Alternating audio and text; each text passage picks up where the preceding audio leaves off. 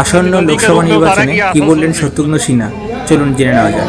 मैं क्या बोलूँ कि तो अगर ये सत्य है, अगर इसकी ऑफिशियल घोषणा हो चुकी है तो ये तो उनकी पार्टी का, उन लोगों का इंटरनल अफेयर है। इस मामले में तो वही लोग कुछ ज़्यादा रोशनी डाल पाएंगे।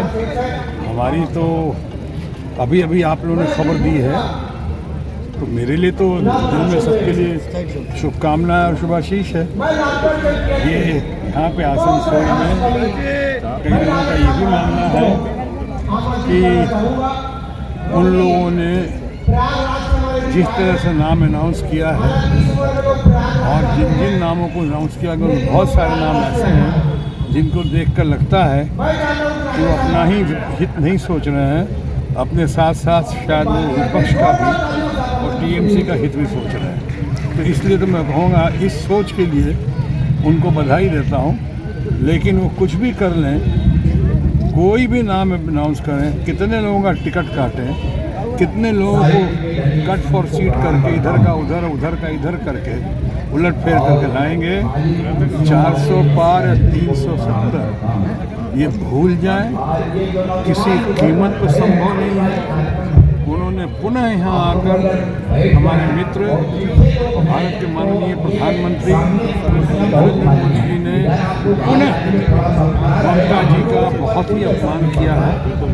जैसी भाषा का प्रयोग किया उन्होंने कल परसों में यहाँ पे संदेश खाली के नाम पे, जो मामला सुलझ चुका है, जो मामला जिसको अंडर कंट्रोल आ गया है, उसको सिर्फ पॉलिटिकल रीजंस की वजह से उन्होंने फिर से उभारने की कोशिश की है।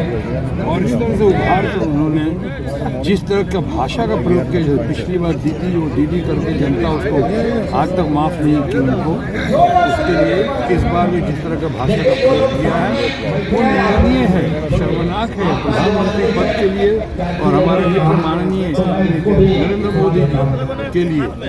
ये शोभा नहीं देता और बंगाल की जनता जो है उसका जवाब देगी और बहुत अच्छी तरह उनको पता है कि इस बार जो है वो जो 400 पार और 300 पार कह रहे हैं, 370 पार कह रहे हैं और 300 पार कह रहे हैं, और अपना बजट से लेके अपनी योजना 2047 तक कर सकते की बात कर रहे हैं। मैं आपको कह देता हूँ, पिछली बार भी बंगाल में उन्होंने कहा था 200 पार।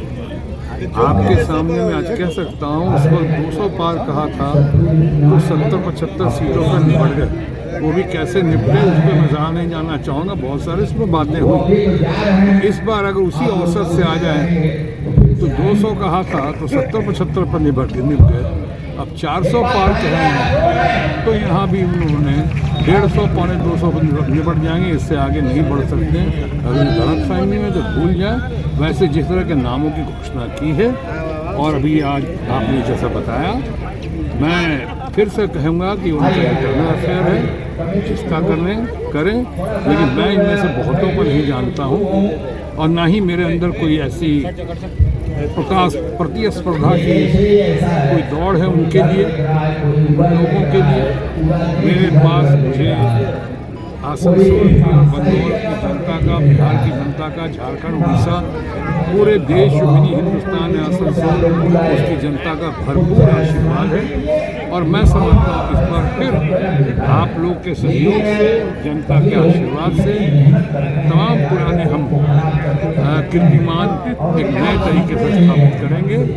ये उम्मीद भी है, ये कामना भी है और ये मेरी प्रार्थना। बिहार कहीं ऐसा है, अभी आप जो कह रहे हैं, मुझे तो ये भी नहीं पता है बिहार में है, कहाँ से हैं, या मैंने कुछ तारीफ सुनी है कलाकार सिंगर के तौर पे कि भोजपुरी फिल्मों में या कुछ जगह उनका, लेकिन मुझे नहीं पता है कि वो बक्सर से हैं कि वाराणसी से हैं, यूपी से हैं कि बिहार से हैं।